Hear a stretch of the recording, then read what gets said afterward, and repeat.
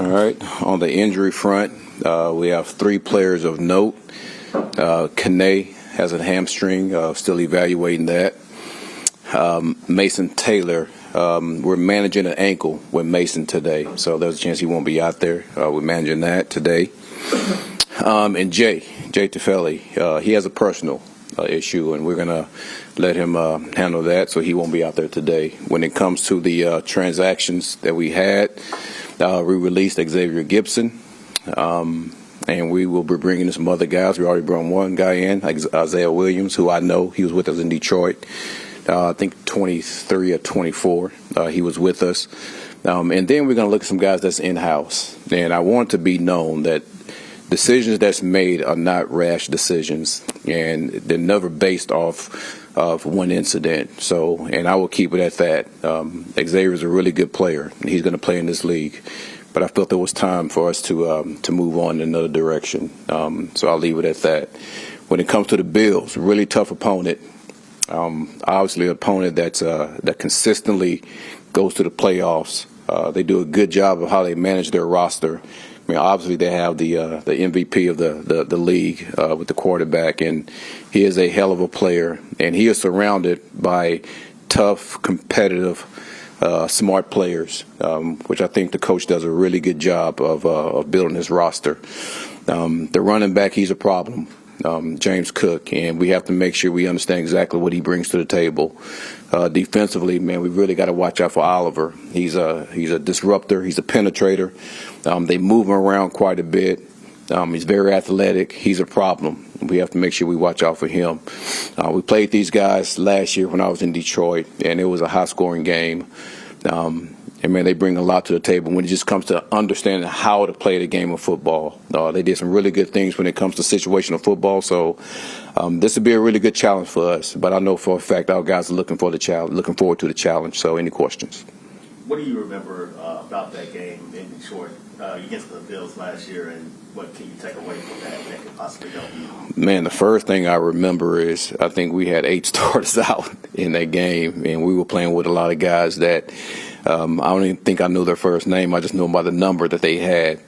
But just understanding exactly who Josh is as a quarterback, and man, he's tough. He's highly competitive, and he allows this offense to never be out of a play, if that makes sense.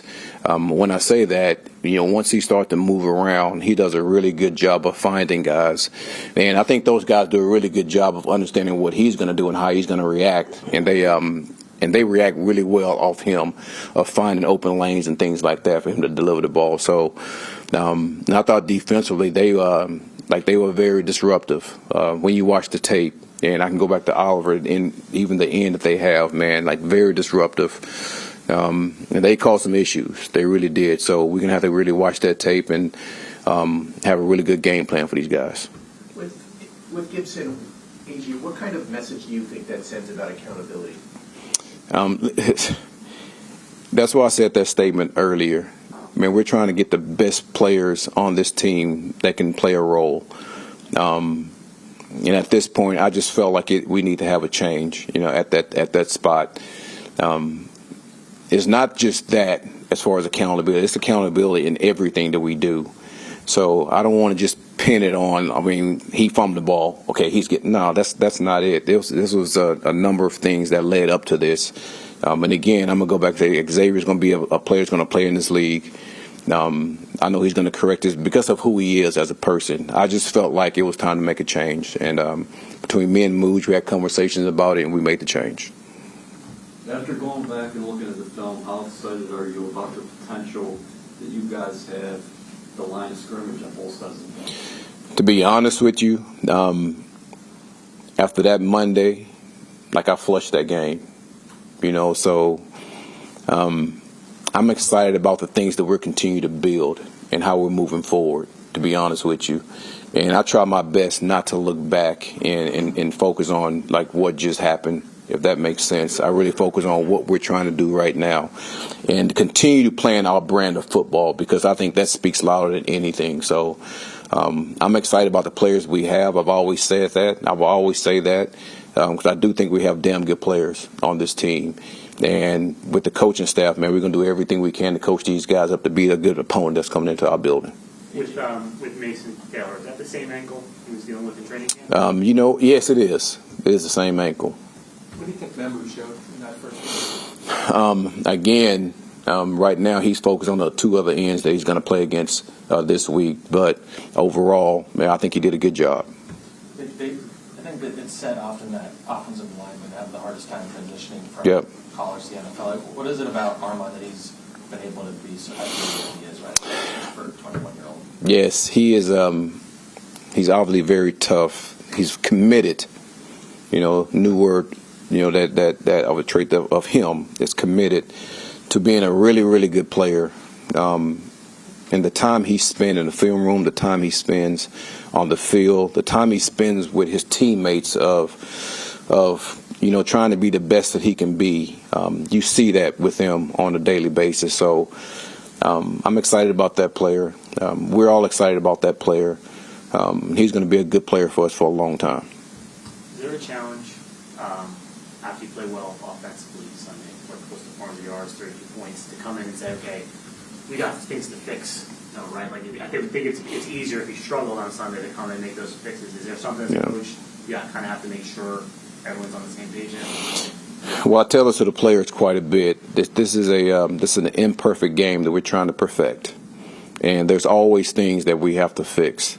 And between myself and the coaching staff, we always look for those little details, the little things of discipline that we have to try to improve on. And listen, our deal is we don't look at it, okay, we had 32 points. Man, we have to look forward, and how do we consistently do that? And what are the things that we have to do as a team collectively to make sure, because the offense just do that just by themselves. There was a lot of things that happened in practice with our scout team that allowed that to happen. So we try to focus on that for the most part because we want to be consistent. We don't want to be a flash in the pan. We 32 one week and 10 the next week. And I know that happens because there's some good defense out here. But for the most part, man, we're working just to be consistent on all levels and all three phases of this football team.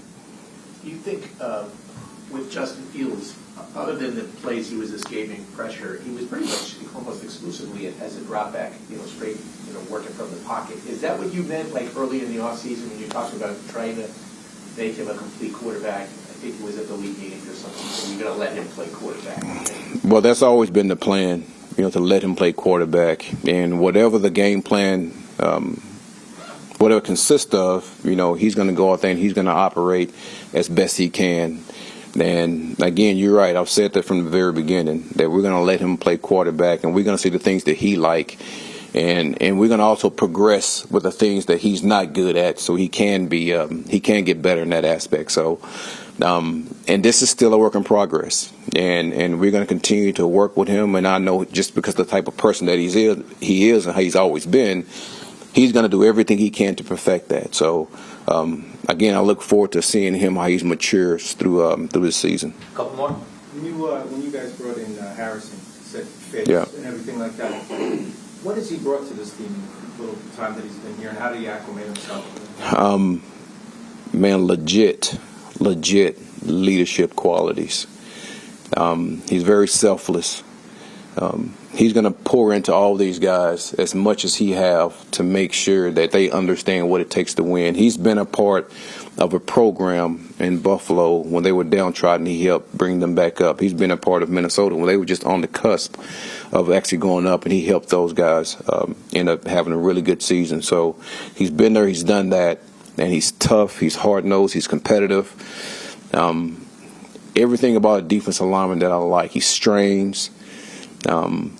And we're fortunate. We're fortunate to have a guy like that. Yeah, last one. He said something on Monday where he said, I hope this is the worst game I play this season. How much do you guys having that kind of mindset? He said he hoped that's the worst game? He hopes that week 1 was the worst game. Well, I'm trying to figure that out. He hopes it's the worst game that he plays? And he's just better from here on out. I don't know about that one. But I don't hope any of our players have a bad game. But I think he said, I hope I'm better than I was.